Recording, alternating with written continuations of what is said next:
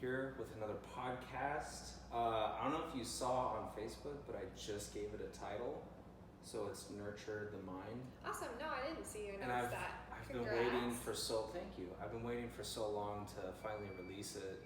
Yeah. And that's what I've been working on in quarantine is like, what like that's the hardest thing is trying to figure out like what all can we do, because some people are put off of work where like I had 2 jobs, so I mean I'm only working 1 out of the 2, so I mean like I'm still kind of busy, but I think it's been really hard to stay disciplined, and that's what we were talking about before. So like what have you been doing personally, but also for your profession, your career? Like how have you been keeping clients engaged? How have you been like keeping yourself engaged, whether it be through working out? Have you fallen off the ball at all? Sure.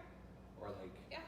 So I think that like to tie into what you said about even just your podcast, like I feel like this is a really good time for a lot of people to be able to take a step back and like analyze what kind of things do they want to add into their life that maybe they didn't have time for before, like kind of start to evoke some of those passions that they had, kind of like yours. Like you had the passion of the podcast, but maybe just were still stuck a little bit with like really proceeding with it, as well as being able to also realize like what are kind of the things that maybe weren't working before.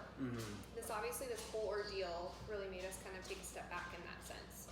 So I guess in terms of how I'm able to stay disciplined, or how I am staying disciplined, is just really trying to find a structure and a routine. For me personally, I'm super routine focused, and that's like how my days worked really well before, because it was very like scheduled out, and kind of had to do everything that I wanted to do in a certain time frame, whereas now everything just kind of canceled, and now I have all this extra time on my hands and I'm at home all day. So like being disciplined is challenging because you can get distracted super easily. So for me, it's having a routine. Like I'm still waking up early in the morning and exercising, and that's kept me in my routine of exercising every day. Okay, and then, you know, still keeping up with my normal business hours for my full-time job. So like trying to work the normal 8 to 5 if possible, and things of that nature. Really? While I'm at home, like we've still been super busy with working from home. And then in my evenings, I try to incorporate like a little bit of movement, of course, because that's my passion, as well as work on my side gigs, since I have a full-time as well as my side businesses, and then something for myself too, because I think that you need right now, especially, that separation from your day life, whether that's working or whatever it may be, to your calm, like quiet time at home. That opportunity for you to dive into your hobbies and things of that nature. Do you find yourself being more productive now working from home? Because I've heard a lot of people that are now working from home almost find it like that they have to be more accountable, like that they're on their own and they can't slack, which is a weird thing, because you would think that being home, you know, you could wake up, you could take a little bit of time, like extra time, you could sleep in and then get to work, or, you know, choose whenever you want to. Yeah. But I don't know, I've heard a lot of people like they're excited, and obviously, and actually there's a lot of businesses that might do this for the rest of the year, where they just keep employees at home. Yeah, so the first couple of weeks, I did not feel productive. I was struggling, just because I am such a routine person. I was just struggling to get back into the groove of everything, and our company was like super prepared to go to the work from home status, and we're capable and efficient, but it just was hard to get into that, you know, that state of mind that this is what we're going to be doing for a while, and you need to get used to it. I was kind of like more, we're going to go back soon, it's fine. Like I was like trying to pretend like it wasn't the truth.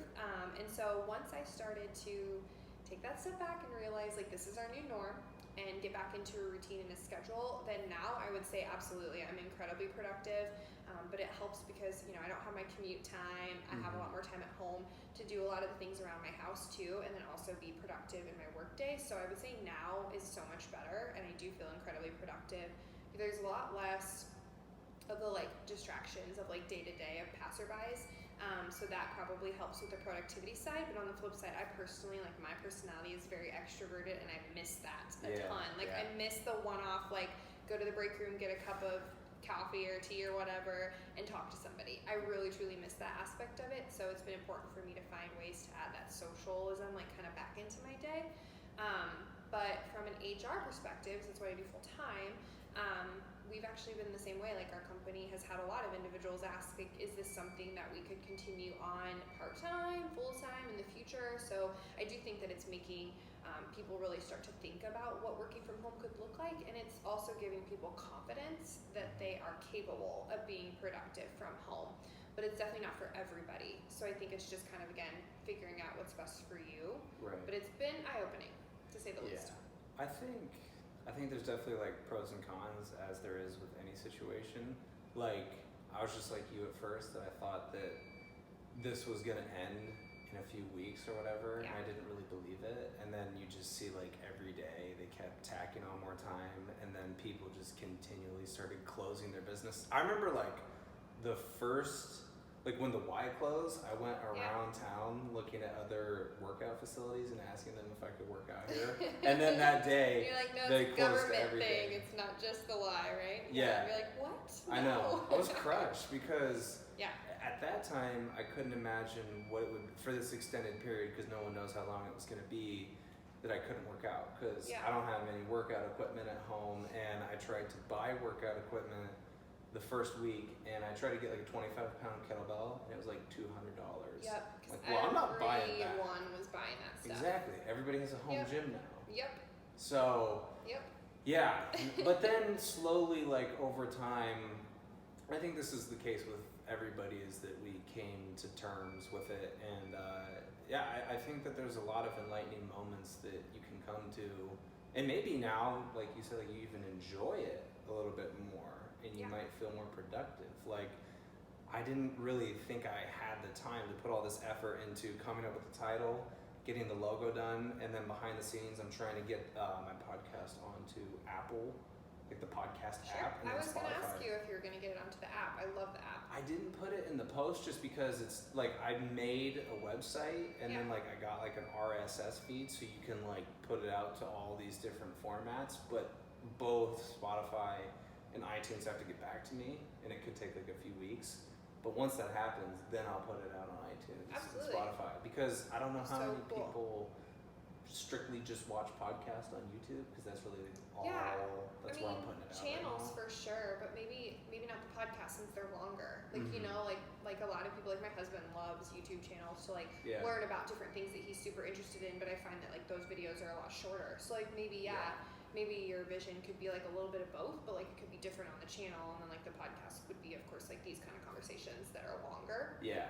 Or like maybe little snippets, like of like each conversation you could put on YouTube too, like the big picture. Yeah. Like I know a lot of places do that too on channels, so it's awesome. It's with like, it was hard with podcasts just because the way that I discovered them was through YouTube. So I think I kind of had an affinity to that format. And was it a long time ago?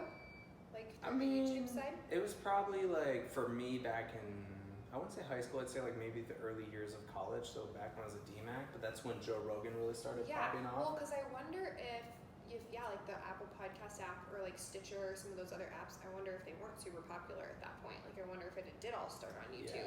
That's my guess. Well, because It'd be interesting to learn. I think people that would gravitate more towards the audio format would probably be like when you're working out, or like it's kind of something. I love to listen to podcasts while I drive. Like for me, when I watch a Joe Rogan podcast, I turn on my Xbox and it's in my room on my big TV. You know, but again, I mean, even though his podcasts end up being like 2 or 3 hours sometimes, I don't watch it 2 or 3 hours. I break it up into like 30-minute segments. It probably would just be good for you to just have it offered on multiple platforms. Oh It would be the best way. That's hands down. That's the way to grow it. It just it took time, and I don't know. I'm not. Like, I know enough about technology, but I don't know anything about making a website and how to learn. Well, Squarespace. You'll be kind of amazed. Hopefully Squarespace watches my podcast, so they sponsor me, but like it is so easy to make a website with them. Like I was just overthinking it the whole time. It's not perfect. Like I just kind of put something quickly together. Yeah, but I just wanted that's a good start. Yeah. And then at some point later on down the road, you could obviously like work with somebody if you wanted to, or dive in deeper. But absolutely. Yeah. More than capable. So we were kind of talking about the why before we came back here. Are you excited? We started that. Okay, actually no. Let me go back. So like, have your home workouts changed? Do you enjoy it more and be at home? Do you enjoy it more working out at your home? Or do you feel like you're losing muscle mass, not getting the same gym pump? I honestly think that I miss aspects of things that were the way that they were before, but I'm enjoying things that I'm surprised I'm enjoying, if that makes sense. So I've actually worked out more than I ever did before, I think. So for me, it's working really well because I have so much more time to try a lot of different platforms. There's so many like free workout classes right now that people are hosting virtually, like every gym known to man, and like all these one-off people that never did this for free are now doing this for free for people to build up, of course, their clientele, but also too just to like offer it because they know that people need this so much right now. So I feel like I've been able to kind of expand my horizons in terms of what I'm doing and gotten all those opportunities. I feel like every day it's more like, which workout should I do? Because I have like all these choices and like these friends that are like, come over and we'll do this virtual workout. And it's like, well, I've already worked out twice today, but sure, I'll do a third. And then I'm like dead the next day. Yeah. But I feel like, yeah, now I'm working out so much more than I did before, but there's aspects that I love about that. And I have weights and things at home. I already had a lot of that stuff, fortunately. So for me, I don't feel like I've lost anything. I feel like I've gained a lot of fitness, in my personal opinion. But then I do miss a lot of aspects from before. I personally miss coaching and instructing in person. Virtually is fun, but I can't see everybody and I can't see what they're doing and I can't help them as much as I could in person. But I do find it really awesome that we have the capabilities to do the virtual, so we can still do something. You know, it's better than nothing. Right. But yeah, I would just say it's weird. Like there's things I miss and want to take back, but then there's also like new things that I don't want to change when we do go back to like the opportunity to be at the Y real life. So I almost feel like I'll want a mix of both. Yeah. Of like the at-home stuff, and it's just nice to not necessarily always have to drive out to the gym and like just do your thing at home. Like I hate to say that, but it is so nice. But then on the flip side, every now and then I'm like, I want that camaraderie. Right. So I think that's what I miss the most about our gym. Not even trying to get my job back. It's just like the community aspect. Yes. Whether I'm working out or not, too. it's just talking to people, or like when we run into each other at the gym. Yeah, like, what's absolutely. up, Jordan? Exactly. Or Kicking like, yeah, ass. like that's what's fun. Like I love obviously getting work at it, but then it's nice to just like sit in a common space and just hang out with my friends or whatever. So. And you know, some people that might be like the only time of day that they get that community. Like I know like a lot of the older people, they have like their coffee time in the morning. Yep. So that may be hitting them extra hard. Like that they feel like they don't have anybody to just talk their friends. Well, and that's probably the biggest thing to think about. It's not necessarily just getting in the fitness, but it's the whole thing. And I know a lot of people go to the gym and they put their headphones on super loud. They want to zone out and not talk to a soul. But for a lot of people like you and me, we're the complete opposite. Like we want the whole picture. We want the fitness aspect, but we want the community and the social aspect too. And I think that that's really healthy to get that too. So I do think people are missing interacting with one another a lot. Yeah. I have noticed that so much, and it's like when they do get the opportunity, like at the grocery store, then they're like, want to chat your leg off, and you're like, probably shouldn't do this. Yeah. You know, it's already packed in here. And I like, wanted to like give everybody a hug, but then I'm like, you know, I'm gonna get probably arrested. Somebody's gonna call the cops on me. It's one of those things that you like have to hesitate. Like, should I not do that? No, because it's hard. Like with being an extrovert, I feel like I'm a touchy-feely guy. That I'm a hugger to the people that I care about. And so then like when I see them, especially if I haven't seen them for months, I just want to give them a big hug. And you know, I guess I don't know, maybe they wouldn't care, but it's more or less like now the people around you. And at the store, like there's just so much room for, there's all this extra room that there never was before. And I'm not saying that people were like breathing over each other's necks before Corona happened, but I'm just saying like people, it's like this sense where we all kind of split off. And even like when I'm walking by somebody, I just give them extra room. Yeah. So I don't want to piss anybody off. I think it's just being mindful of others, you know, for sure, and just trying to be gracious of that and courteous to whatever their needs are, because we don't know how somebody's feeling, because everybody has a different take on this, obviously, like their emotions, their fears.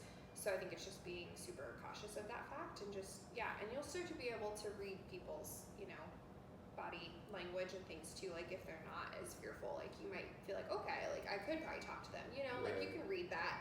But yeah, it's an interesting situation, and I just wonder like what new normal is going to look like once we like do start to open back up. Do you think that we're going to start becoming accustomed to a new normal, or do you think that we will get back to the normal that we experienced before, or is that a foreign thing? Like that is like a 2019 fact, and it's gone forever. Yeah, I've like seen the memes. Like, remember way back when in 2019 when we were able to go to restaurants or whatever? Like, I think that some things might be our new normal. I do. I think some of this stuff is going to hold true. I feel like with every major thing that happens in our world, whether that be like 9/11, for example, or like this COVID situation, or even just like the housing market crash, whatever, like I feel like we learn from those situations, and we tend to adapt and hold on to things that we learn from that and keep that in the future. And so it'll be interesting to see what things stay, you know, and what things we go back to, or if we even go back to normal with much of anything, or I don't know. Like, I think for one example, like technology is just going to continue to skyrocket because I think we've realized even more now how much we rely on it. So it's been interesting to see that.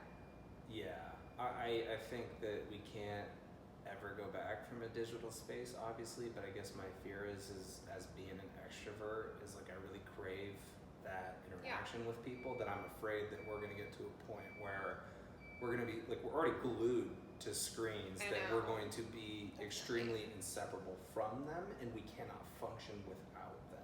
Yep, for sure. I think it's again one of those things we're going to have to try to find a balance in. 100%, and it's going to be up to each individual. It's going to be up to the world in general. Like, it's going to be tricky because I agree. I don't want it to be to that point where we don't even look up at each other. Like, have you seen? We're already kind of there though. True. Like so much. I don't know if social anxiety was a thing before technology. I even find myself, if I wear a mask, I start smiling, and I'm like, nobody can even see me, but it's just like my natural thing where I'm just like, oh hi, and I smile at them, and I'm like, they can't even see me smiling right now. But have you seen the memes where it was like, reach out to your extroverted friends right now? They are not okay. Yeah, it's like, it's so true. It is. But I would even think that like introverts, even they're probably having a tough time too. Oh yeah, absolutely. Like they need a little bit of interaction every once in a while. We all do. Yes. 100%. It's very crucial. Not just interaction via, you know, Zoom or FaceTime. Interaction like like this. Like people need that. I agree. Do you think that, I mean, have you been around a lot of people other than your husband in quarantine? Like, do you feel like it's going to be rusty when you meet up with clients and everyone like doesn't talk to them? Like, or what do you talk about? What like, do you talk I about? find Quarantine? that everybody wants to start talking about quarantine and COVID, and it's like, well, let's change the subject. Like, there's other things to talk about. I personally have like this small group of individuals that I have been spending most of my time with. So like obviously my husband and I, because we're in the same home, so like I'm with him all the time, especially more than before. But then we like both have our friends. Like we have a friends group that we hang out with. I was gonna ask you. Giggling? Well, okay, just because I've talked to people, and then I've also like done some research about how domestic abuse has like rised. Yeah. And I'm not implying that that's what your husband's doing or you guys are fighting. I'm just saying like from, you know, being around your family, that's great. Family time is awesome. But when you're always around your family, or you're always around that one person, that's when it drives you crazy. So, like, have you guys? I mean, I'm not trying to do Dr. Phil on here. I'm just saying, like, has it been hard, or like, do you guys keep it fresh with having different friends? My husband and I like to hang out. We're definitely friends. So that was like not a huge issue. But what's funny is that when this all first started, my husband is a seasonal employee, obviously, because he does like a lot of his work when weather is good here in Iowa, and so he is off typically, or at least mostly off, from like December through about the beginning of May, which he just started getting like super busy this month. But like prior to that, so when I first went to like the work from home quarantine, it was middle of March, and so he was home all the time. He was just going to an airport to do like different trainings and stuff, like, but it was just like 3 or 4 times a week, so he was home a lot more. So it was definitely like new for both of us because we're not used to that. Like what our normal is that we hang out with like each other for like 1 day a week because we're both so gosh darn busy, and especially in his busy season, I see him, but like I don't. Like if that makes sense, he comes home, but he like goes to bed right away and like gets right back up in the morning and gets back to work in the busy season. So it was a new norm, but really, really appreciated it. Like we were able to do house projects together. We were able to take like long car rides because he has a Camaro, and like we take long car rides in his Camaro and just like go places that we never went before. We went for like bike rides on new trails that we never had the time to do before. But definitely, of course, we had those moments where we were like, go away like Get from each outta other here. because I can't go anywhere. Because exactly, like we couldn't go anywhere. We were both getting antsy. Our house is smaller, so like it's just us, so we don't have a big home naturally. We just don't need it. And you got a dog. We have a dog, but yeah, so that's the hard part too. Is it's like if like the weather's not good for him to go outside or something, he's stuck inside, and I'm trying to work all day. He's not. So then he was like bored. Like, what are you doing? Can you hang out? Can you do this? And I'm like, honey, like, no joke, it was hilarious. He started to get a little sassy with me because I would be like, well, I have phone calls or like video conferences, conference calls from like this time to this time, and then after that, I can totally talk to you, whatever. And I would get after done. that, I can totally talk. I'd get done though with my conference calls, and I'd be like, all right, like you can come out and hang out with me because he'd like come out to our It's desk. like in timeout or something. Right? I was like, you can come out and sit at the desk with me, and like, cause he was studying at that time too for his exams and stuff. But I was like, you can come out and sit and hang out with me, and he was like sassy. He's like, no, sorry, I have conference calls for the next 2 hours. Started to get kind of snippy, and I'm like, excuse me. But our relationship is really strong because of it. But I know that it is hard for a lot of people because it's such a new norm, especially like if you have kids and things like that. You're not used to everybody being all in the same house. But I think all across the board, for the most part, I've heard that people are building their relationships, doing new things that they didn't have time to do before, and just kind of thinking outside the box in that, and maybe working through things too, like maybe that they didn't have time to talk through or something. So I think it can be good and bad for sure. But yeah, I think that was my biggest worry on top of this whole thing. Like, obviously it's scary to think about a virus that multiplies so rapidly and can infect people, but I think that the numbers are not as bad as we proposed, and what I was ultimately worried about in the end was people's mental health.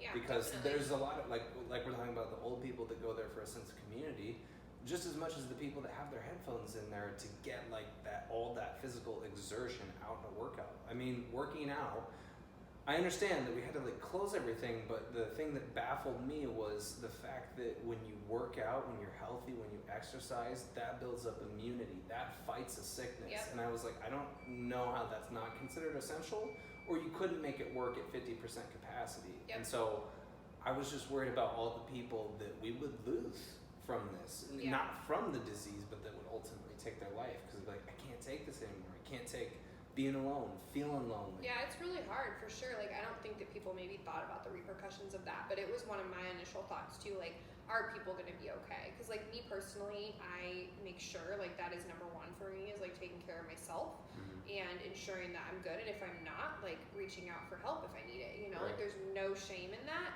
And I just worried myself that others probably wouldn't. And so I think that that's where it's cool that then on the flip side, like all these other things started coming out of the cracks, like of doing all these other connection opportunities through, you know, a gym, like gyms hosting their own things or doing Zoom calls. Like I played bingo via Zoom. It was like super fun and something totally new that I'd never done before, but did that with a friend, and she like just basically was like, anybody that wants to join, and it was like people from all over. She has friends everywhere. Like it was really kind of cool to come together with new people, but it's hard. You have to be zoned in on making sure that you're taking care of yourself first.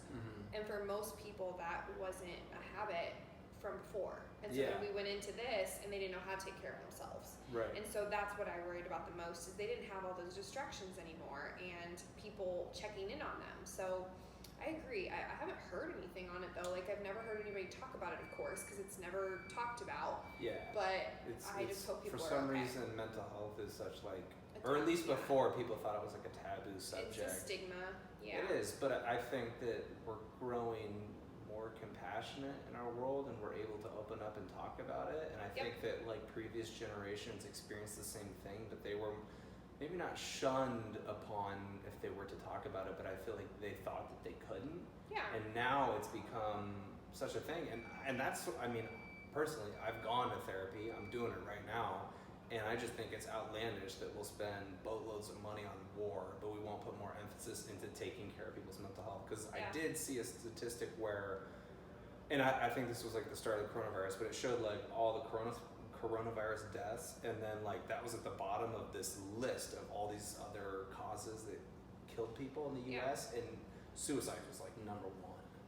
And I'm like, we don't talk about suicides though. We don't talk about like that, or at least not as much. Because people think that, oh, they went crazy, or like, what makes a person, It's a stigma. it's not We crazy. don't understand it. Yeah. Yep. I'm not saying everybody's had a suicidal thought, but I think everybody's had that moment in their life or set of moments where they thought that they were too weak to get through something. Yeah.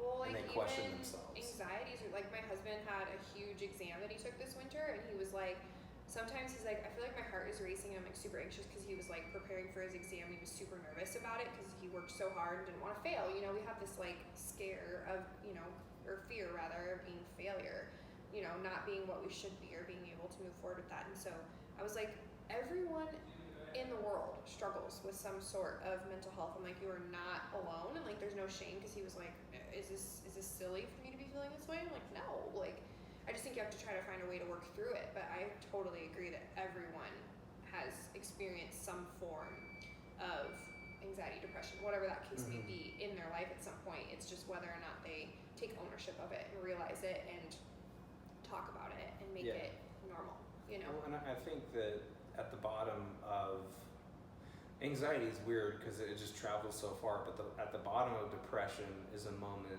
to come to a realization, and you can get better out of a depression. And I think that all those hard moments in life build you up that the next hard moment isn't as hard. Yeah, definitely. I mean, I guess it depends on how people were raised. Like, I think, you know, partly I was a little bit too, not like sheltered, but just a little overprotected that, you know, when I went through my tough times, you know, I was like, what is this? Like anxiety and depression. Because again, like I'd never experienced that. I didn't know what it was. And then everyone was like, don't talk about it, or you felt like that you couldn't talk about it. Yeah. You know? But I think that we could look at it like when we talk about fitness and we talk about training and wanting to like keep your muscle mass and whatever your goals are, keep up your cardiovascular training, anything.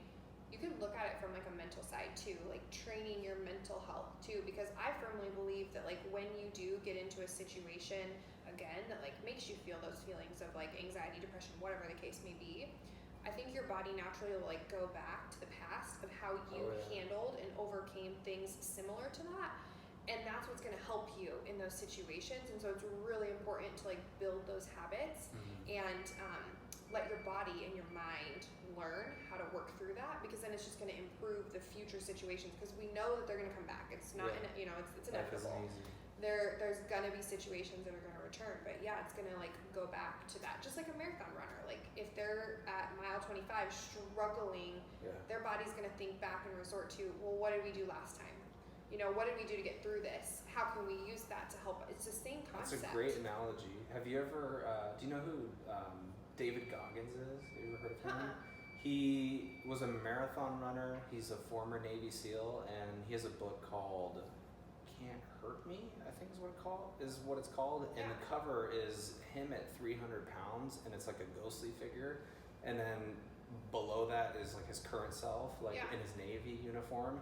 And I'm not saying that I'm surprised that you haven't heard of him, but he's like all over social media, and he's such like an inspirational person, and he talks about like accountability and whatnot, because to get from 300 pounds, not being able to be accepted into the Navy, and to work all his way down, he talks about that principle that every time he was running, he goes back to the battles that he conquered, and that's a way to callous your mind, because our brain, like our mind is very like fragile on the surface, and whenever we encounter pain, like whether it be physical, mentally, emotionally, we instantly want to tap out. That's like our knee-jerk reaction, like, oh my god, I can't bear this, I have to get out of here. But the thing is like all emotions are temporary, pain is temporary.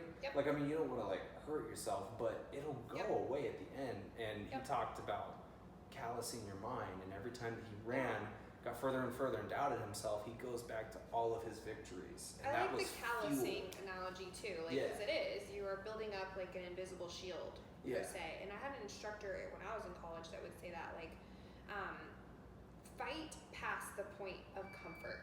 Even though it's hard, do it, because you will thank yourself later. And I always really appreciated that, because I agree, like even in workouts or whatever, work, life, anything, you don't like going past that point of comfort. It's scary. Right. And nobody wants to go past it. 100%.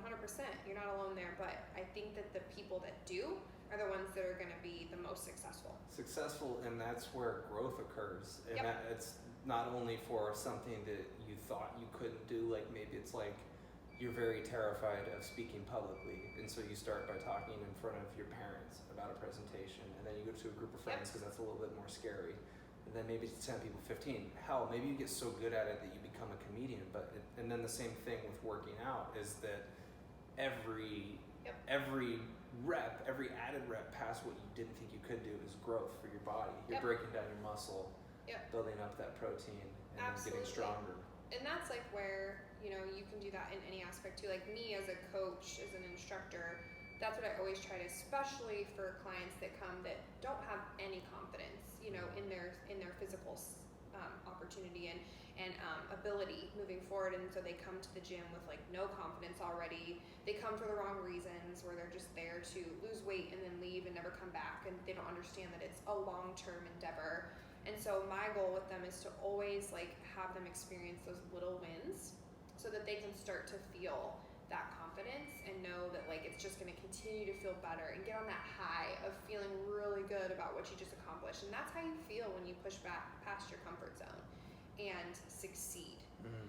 It just feels so good that you want to keep doing that, you know? Yeah. So it's a good way to look at anything in life. How do you coach your clients? Do you see a lot of people come in with this like some, like, because they talk about SMART goals and like this, I think some people start out with this very big goal, but then you have to like try and break it down into these sub goals.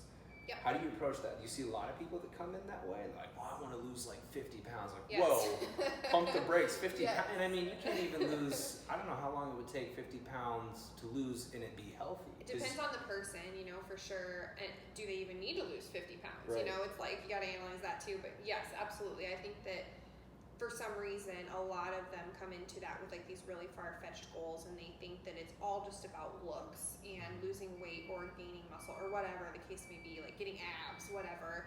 And so it's like you come in and you ask them their goals, and they're like, I just want to lose weight. It's like, well, what does that mean to you? Like, how does that look? You know, how are we going to attack that? Or I want to run a marathon. Okay, well then how's your training program going to look? So I think that you have to really break it down, but I personally recommend starting with one thing at a time, because a lot of the things that I see as my clients coming in with 17 goals or things that they're going to do, they're like, well, I'm going to do the keto diet. I'm going to drink 100 ounces of water every day. I'm going to exercise 7 days a week for an hour. I'm going to do this, and it's like, whoa.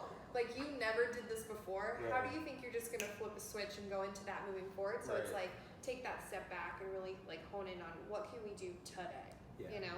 I think it's good to have that positive energy, but you also have to be realistic. That's kind of like what Natalie and I were talking about yesterday on the podcast, is like how to, because habits are so hard to create and stick to, and you can't just like try, like if you have a terrible bedtime routine and you want to change the whole thing, you can't do it in one night. Like, you have to slowly add all these different elements, because I was telling her that like I feel like my bedtime routine is perfect now, but it's been crafted over months. Oh, heck it took a long time for years me. Sometimes to find like a really good routine that works well for you, and it changes all the time. Right. That's why I always tell people too, I'm like, unfortunately and fortunately, things have to adjust as you go, because everything changes, and it's like kind of a trial and error to find out what works best for you, because your bedtime routine might not work at all for me, you know, so you just kind of have to figure that out and try to start to like evoke that out of people, and like have them slow down and really just hone in on like the baby steps that they can start to accomplish. I think it is great to have the energy, but like I said,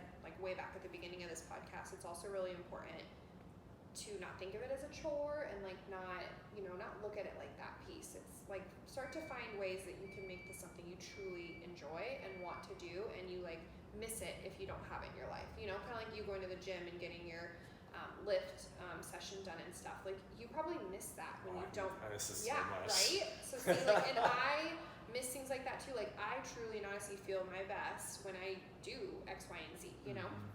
And so whatever that is for somebody, it's finding that and starting to just simply change your habits, not take a bunch of things away from your life so you feel deprived, but starting to add some really great things to your life. And I think right now, especially as we continue on this endeavor, it's a great time to do that, because you have all the time in the world to start thinking about that. And when you go back to reality or normal life, whatever that looks like, are there things from before that you don't want to continue on? You know, like thinking about that for sure. Yeah, there's some very like enlightening people that I I follow like in the YouTube community, and that's what they've been talking about, is like this is a time where a lot of people are gonna have revelations, just because this is the pros to, I think, experiencing a coronavirus, is that like as a society we move way too fast. We Yeah. put such an emphasis on production, and although it's nice to be disciplined and get things done, we do never take the time to stop, but then also look at how much we've accomplished and then readjust our goals. Because Yeah. like you said, like things are always changing. At some point you stagnate, like you hit a rut, and then there's a lot of people that, I mean, maybe those distractions just kept them from doing all these things that they wanted to do. They just never took the time to address it. Yep. I never thought I would get a bike, and then I bought a bike for quarantine, started riding a bike. Right? And I'm like, See? that's cool. I would have never done that. I would never like Yeah, stop to definitely. think about that. Yep. Like, I do really like the slowness of everything. I'm a very like high energy person by trait, but I also really like the slow aspect of not feeling rushed from thing to thing, because then I feel like I can focus more, like when I get there, like even this, you know, like I'm not distracted by my phone or distracted by what I need to do at work or whatever, because things are just slower and you have more time. yeah. I like it. I like that part.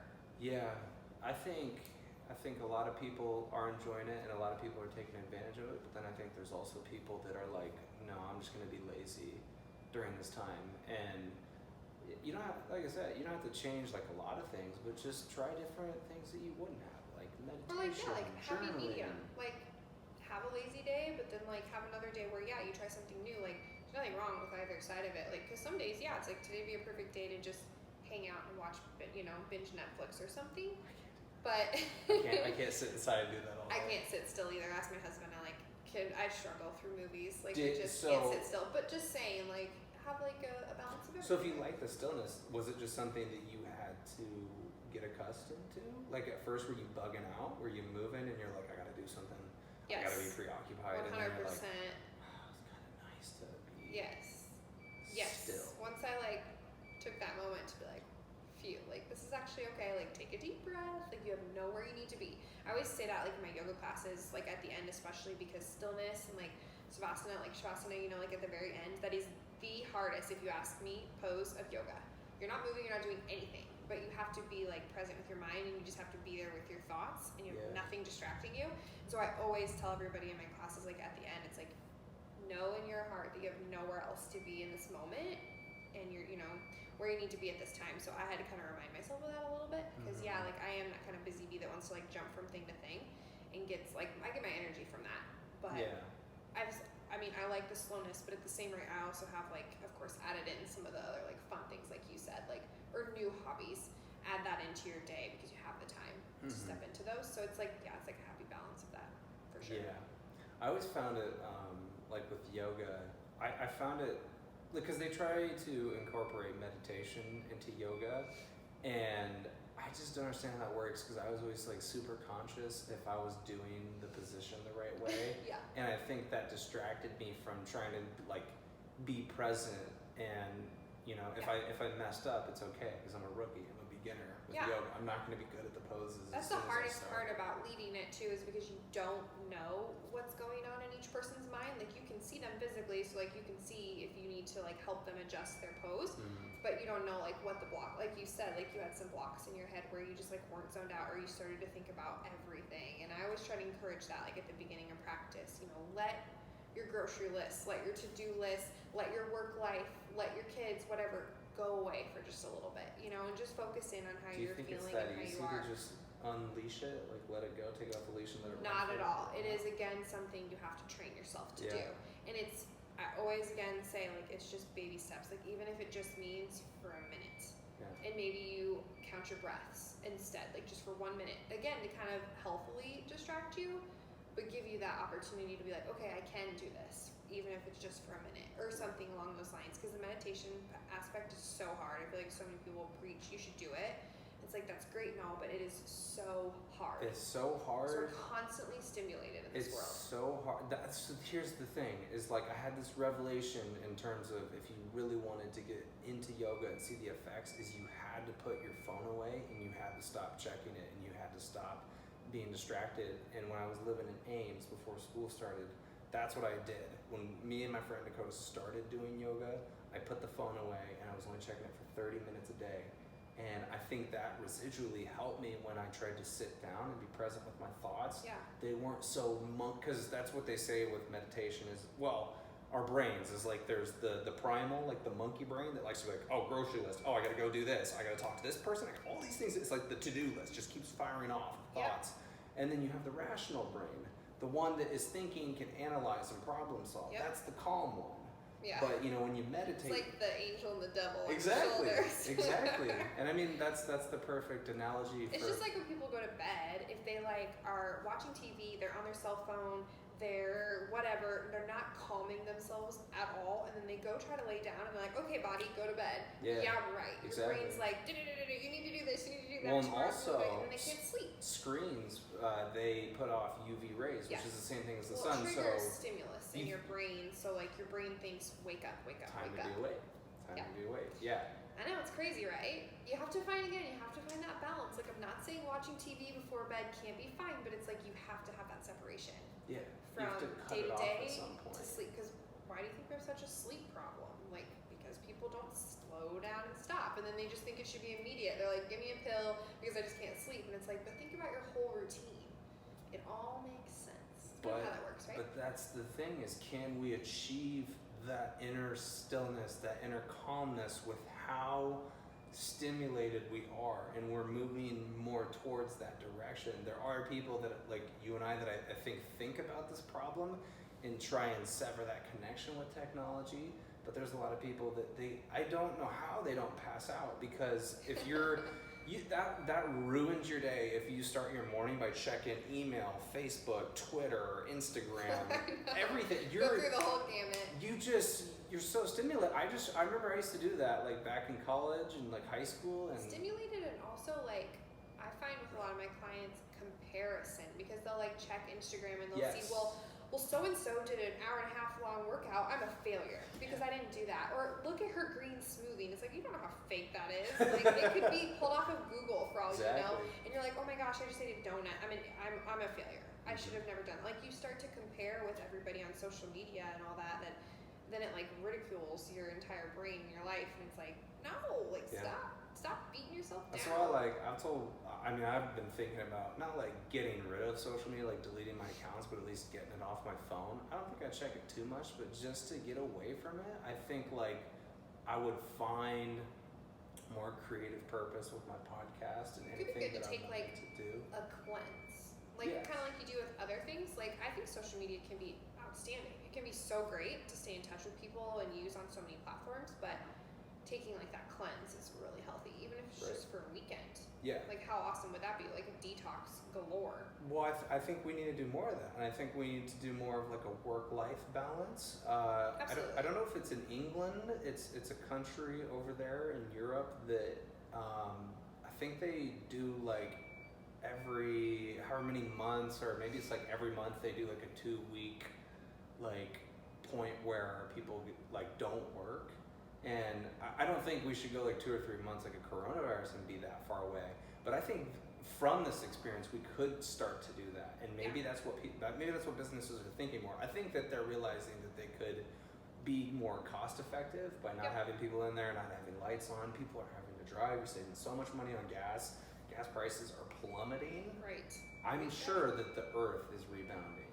Yeah, they did say, airplanes, of course, aren't flying either, which my husband's a pilot, so be careful. But but they're there's all these things. It's it's just so good to cut back on some of those things. It doesn't mean we can't have them, because air travel is phenomenal. Driving in a car is so cool that we get to do that and go places everywhere. And working in an office occasionally is so fantastic. But there's just a balance, right, between everything. And I do hope that from this whole ordeal, grand scheme of things, that we come out of it with some positive things. We learn from it, basically. Do you think that people will appreciate each other more? I sure hope so. Let's stop being so vicious. Right. Let's if anything, let's each other. learn from this. Don't just let this be something that passes. What can we take from it? I hope so. I hope that people will be kinder to one another. I've already started to see a lot of that, and a lot of people backing up small businesses, for example, or whatever. It's really cool to see people support one another in that fashion. And just I hope that people appreciate more the interaction too, like just getting together, like my friends and I have done that, like just getting together and going for a workout or doing a workout and then going for a walk, like screen free, you know, like no phones, just chatting with each other or like sitting, we like had some friends over to sit around the table and we grilled out and just hung out. It was so nice. We weren't worried about like having to do something special, like it wasn't like we needed to go spend a bunch of money and go to some activity. We just simply like sat, hung out and chatted. So I think that could be a really positive thing too. Yeah, I think that one thing that Corona has taught me is like the simple things are very important, and I think we don't put enough emphasis on the simple things. So Yeah, like me and my mom, we haven't done it in a few weeks, but we started doing puzzles together. I love puzzles. And it's so much fun. Right? And it's I think makes fun of me, but I love puzzles. it's really engaging too for your brain, because like every time you get stumped on like you can't find a certain piece, and like, all right, it's like if you're doing work on your computer, just shut it and then come back later, and then all of a sudden you found that piece that you couldn't find. You You're need to like, get a I just step away. needed a break. I just needed balance. Puzzles, reading, like it's so calming. I agree. Love that. Yeah, I've been reading a lot more too in quarantine, and I think it's like because I do it before bed. Yeah. That I think that it's like a great habit to do before bed. It makes me tired in no a weird screens. way. Yep. Yes. Absolutely. Well, it makes you just calm down. Yeah. And almost like zone out of your real life. Which could be a good thing, could be a bad thing. Like, especially if you have problems, you're like, I just don't want to think about life. I'm just gonna read every day, all day. What if that was like your obsessive habit? Okay, I think again, find balance. Okay. Like we gotta bring Cole to an intervention because he's reading too much. Yeah, I don't think that's a thing. Do you think you could overload on reading? Like your brain would just explode? Like a phone? Like maybe like way too much information. Yeah. Depends on what you read, I suppose. I don't know. It's like if it's just like a story, like just nonfiction, then that's probably fine because you're not like constantly trying to analyze it. It's just a story. Yeah. Like a romance or something. But if it's like lots of educational stuff and like too much to learn, maybe. That's why I like not like simple books, but I like Short real stories. people. Yeah, like memoirs and stuff. Like that's what I've been reading before bed instead of like anything that's gory or horrific or like makes me think really hard. Suspense that might make you stay up alert, Might worried shit about your nightmares. bed, like in the middle of your sleep. You might have some nightmares. Yeah. That's funny. Yeah. Well, it's past 1:30. Okay. I think. Is So, it? yeah. Time flies. I don't want you to get in trouble. Yeah, right. I know. We have like this thing called work. Yeah. Dang it. Still gonna work. All right, Jordan. But yeah, time flies. Thanks Thank for you. coming on. You got it. Appreciate it.